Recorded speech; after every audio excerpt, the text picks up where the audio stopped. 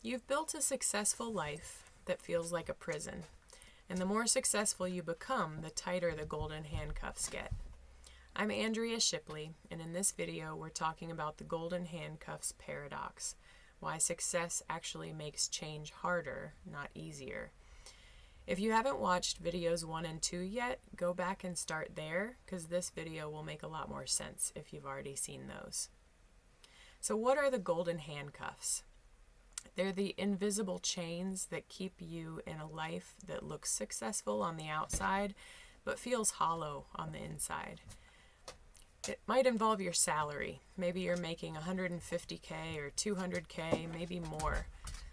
How can you walk away from all that? And then there's your reputation. You've built credibility in your field. Most people respect you, and starting over feels terrifying. There's your identity. You've been the successful therapist or the high-performing consultant or the dedicated educator for so long. Who are you if you're not that? Other people's expectations. Your family's proud of you. Your colleagues admire you. Your parents brag about you at dinner parties. How do you tell them that you want something different? There's your lifestyle. The mortgage, the car payments, the private school tuition, the vacations you've gotten used to. You've built a life around this income. Research from organizational psychology shows that sunk cost bias, the tendency to continue investing in something because of past investment, keeps people in unfulfilling situations far longer than they should stay.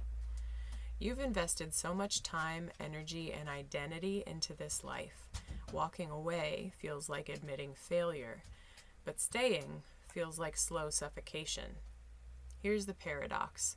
The more successful you are, the tighter the handcuffs, because you have more to lose. When you're making $40K, changing careers felt possible. Now you're making $180K and you've built a life around that income. When you were early in your career, pivoting felt normal, but now you're 15 years in and starting over feels impossible. When you were younger, other people's opinions mattered less. Now you have a reputation to protect. Research on what psychologists call the status quo bias shows that people have a strong tendency to stick with their current situation, even when change would clearly benefit them. And the higher the stakes, the stronger the bias becomes. So you stay, and you tell yourself someday you'll make a change. But the fear is real, and it's valid. Now, here's why most people go wrong. They think the only way out is to quit everything. Quit the job, sell the house, move to Bali, start over from scratch. And look, for some people, that is the right move. But for most high achievers, that's just trading one extreme for another. You go from trapped by success to financially unstable and terrified. Neither one is freedom. Here's what actually works. Gentle excavation. Think of it like an archaeologist carefully uncovering something valuable. You don't blow up the whole site. You carefully examine what's true, clear away what's hiding it, and keep what's worth keeping. Your degrees and experience weren't mistakes. They were preparation for who you're becoming. Your skills and credibility aren't chains. They're tools you can use differently. And your professional network isn't a social trap. It's a resource that you can leverage in new ways. So the question isn't, should I quit everything? The question is, what do I keep? What do I release? And what do I redesign? Let me give you some real examples of what this looks like. One woman negotiated Fridays off and still hit her income goals. Same job, 4-day work week, completely different quality of life.